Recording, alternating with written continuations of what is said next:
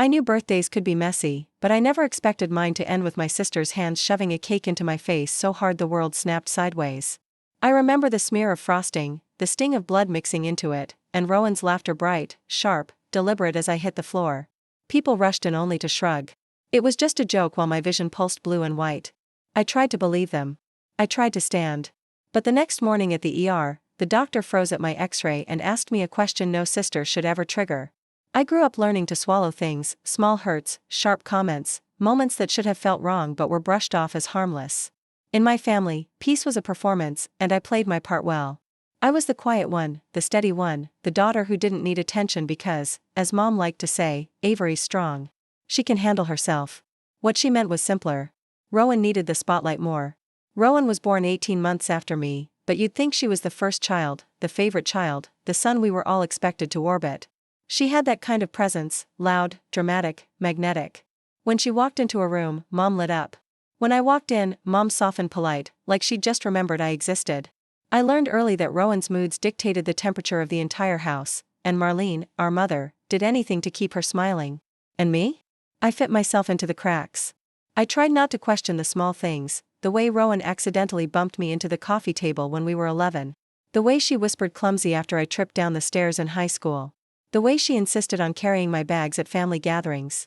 Only for the contents to end up mysteriously spilled. Mom always reacted the same way. Avery, don't be dramatic. Your sister loves you. So I stopped asking for help. I focused on work, built a life in my small Seattle apartment, kept my distance when I could. But Rowan had a talent for finding ways to stay in the center of my orbit. Little comments, little digs moments, she turned into jokes. Everyone laughed at, except me. And every time I tried to defend myself, I heard the same line, you're too sensitive. Rowan didn't mean it. That's why on the night of my 37th birthday, even as blood slid warm down my neck and frosting blurred my vision, part of me still wondered if maybe I was overreacting. Maybe the pain blooming at the base of my skull was just bad luck. Maybe Rowan's grin, so wide, so sharp, wasn't satisfaction but poor timing. Maybe the laughter around me wasn't cruelty but confusion. I kept replaying the moment as I drove home, the steering wheel cold beneath my palms. I tried to believe it was just a joke, just an accident, just Rowan being Rowan. But lying awake that night, head pounding, something felt different. An instinct deep in my chest, whispering that this time, something was very, very wrong. And by the next morning, when I staggered into the ER, I would learn that instinct was an exaggeration. It was memory trying to surface. By morning, the headache had sharpened into something vicious, each heartbeat a hammer against the back of my skull. Bright light made my vision double, and a wave of nausea rolled through me the moment I tried to sit up. I told myself it was fine, that all I needed was water and rest, but my own body disagreed. When I touched the tender spot behind my ear, my fingers came away sticky with dried blood. That was the moment fear crept in. I dressed slowly, gripping the wall when the room swayed. Driving to the ER felt reckless, but calling someone felt worse. I could already hear Mom's voice. You don't need a doctor. You bruise easily. Stop making a scene. And Rowan would laugh, a light dismissive sound that always made me feel smaller than I already did. So I went alone. Seattle's ER was busy, but when the nurse saw me flinch at the overhead lights, she guided me into an exam room without hesitation. I answered her questions. When did the injury happen? How did it happen? Was there a loss of consciousness? Each answer feeling strangely heavy. Saying out loud that my sister shoved a cake into my face shouldn't have sounded like a medical emergency yet. Here I was, trembling under the paper gown. Dr. Hanley entered with a gentle knock, his expression calm but attentive. He asked me to follow his finger squeeze, his hands, touch my nose, smile. I did my best, though the room kept tilting as if it wanted to remind me. Gravity wasn't on my side. Let's get some scans, he said softly, just to be safe. Safe. I wondered when I had stopped feeling that word applied to my family. The imaging room hummed with cold machinery. Lying there, staring at the ceiling, I kept replaying Rowan's face, her grin, the way her eyes flickered with something sharp, something triumphant. For years, I had explained that expression away, misread it, excused it. But now, with my skull throbbing and the world spinning, excuses felt suddenly fragile. When Dr. Hanley returned, he wasn't calm anymore. He pulled a stool close and turned the monitor so I could see. Avery, he began, voice low. You have a hairline fracture. It's not severe, but it's real. And it wasn't just from yesterday. My stomach dropped. What do you mean? He clicked to another image. This here, a rib on your left side, shows signs of an older fracture. Based on the healing, it happened roughly 4 years ago. 4 years ago, the staircase fall. Rowan behind me. Her arms around me afterward, whispering, "You're so dramatic. You just slipped." I felt the edges of the exam table dig into my palms as my breath thinned. Drach. Hanley watched me carefully, as though trying to decide how much truth I could handle. Then he exhaled, picked up the phone, mounted to the wall, and said the words that shifted my entire world. "I need to report this. It's required. Required. As in serious. As in not a joke. As in not my imagination." When he hung up, his eyes met mine with quiet certainty. "Avery, someone did this to you." For a long moment, I couldn't speak. The words "someone did this to you" echoed in my head louder than the beeping in the hallway, louder than the pounding inside my skull. I had spent years absorbing blame, shrinking myself, convincing my mind that Rowan's presence during every injury was coincidence. Accidents happen. Sisters, roughhouse. I'm just clumsy. But Dr. Hanley's steady eyes left no room for the stories I'd told myself. A soft knock came before a woman stepped into the room, Detective Carver. She introduced herself with a measured calm. The kind that suggested she'd seen this pattern too many times. She pulled a chair close, sat at eye level, and opened a small notebook. "Avery," she said gently, "I'm here because your injuries raise concerns. I'd like to ask you a few questions." My throat tightened. "About Rowan." Her gaze didn't waver. "About your safety." It was strange the way those two concepts overlapped. She began with straightforward questions. Who was at the birthday dinner? Had there been alcohol? Where exactly was Rowan standing? Had there been previous injuries?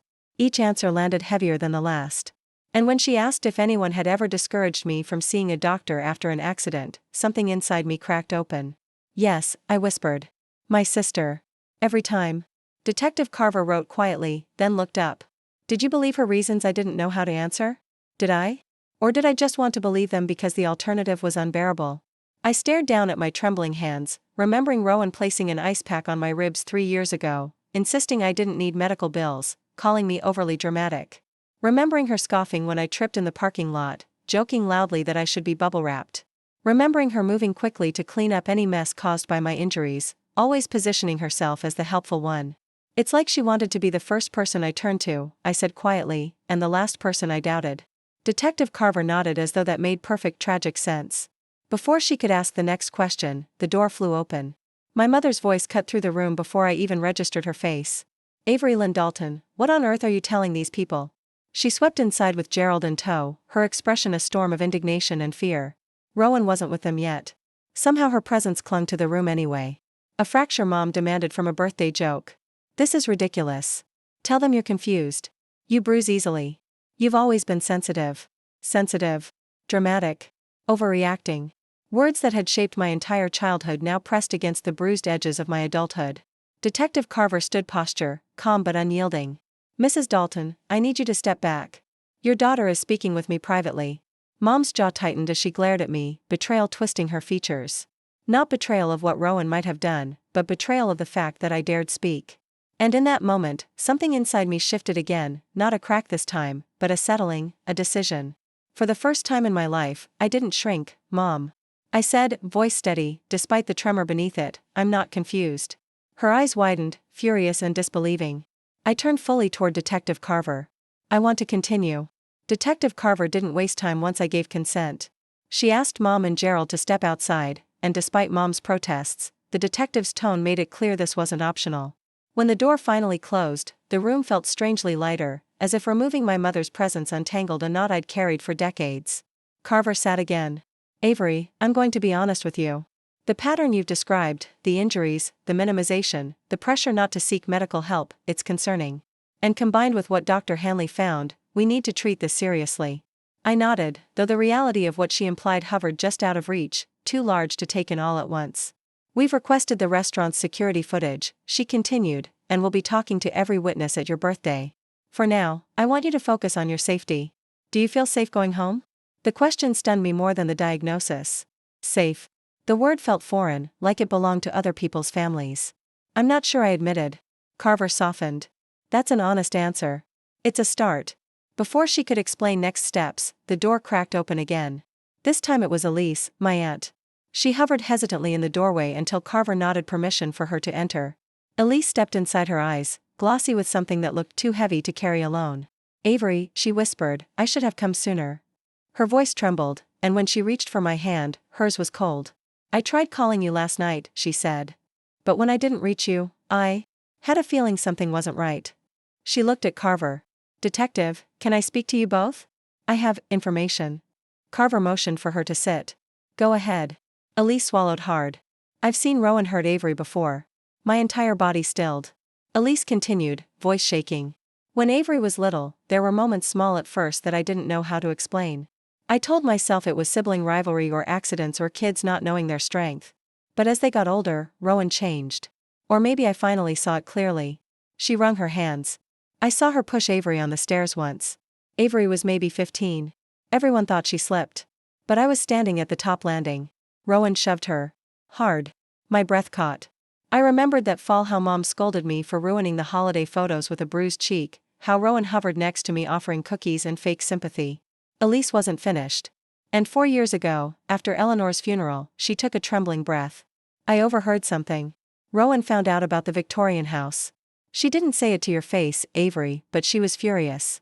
I heard her telling someone on the phone that accidents happen and that if you were less competent, she'd be the one to manage everything. The room went very still. Even Detective Carver stopped writing. A cold shiver slid down my spine. Elise's voice cracked into a whisper. I should have told you sooner. I was scared of Marlene. Scared she would cut me out entirely. But after what happened last night, I can't stay quiet anymore. Carver nodded slowly. Thank you, Elise. This helps us build a clearer timeline. She stood. Avery, I'll keep you updated. For now, Elise will take you home and stay away from your sister until we've completed our interviews. I agreed because the truth was simple. I didn't want to see Rowan. Not until I understood who she really was. 2 days passed in a blur of phone calls, updates, and long silences inside my apartment. Elise stayed with me, insisting she wasn't leaving me alone. I didn't argue. The quiet company felt like a soft landing after years of walking on glass. On the 3rd day, Detective Carver called. We viewed the footage. She said, Avery, it was deliberate. The words pulsed in my ear. She angled the cake. She looked over her shoulder first. And after you fell, there's a moment, barely a second, where she smiled before pretending to panic. A cold wave washed through me. I didn't respond, so Carver continued. We also obtained her phone. There are notes that detail past incidents, dates that match your injuries, and something labeled future. My chest tightened. Future projected opportunities. When you'd be alone. When you'd be most vulnerable. Avery. This wasn't spontaneous. She planned patterns. I felt Elise's hand on my back as I sank onto the couch. We're moving forward with charges, Carver said. I need you to be present at a family meeting Sunday evening. We'll arrest Rowan there. A tremor rippled through me. Why in front of everyone? Because this time, Carver said the entire family needs to see the truth. Sunday came too quickly. Elise drove me to Mom's house, the same house that had held decades of quiet dismissals and rearranged memories. When I stepped inside, Rowan was already there, laughing, chatting, glowing with the ease of a person who believes they've won. She saw me and smirked. Oh, look, who's finally healed. Mom hummed disapprovingly. Avery, don't start anything. Start anything. As if I had ever been the one who did. Before I could answer, a knock echoed across the dining room.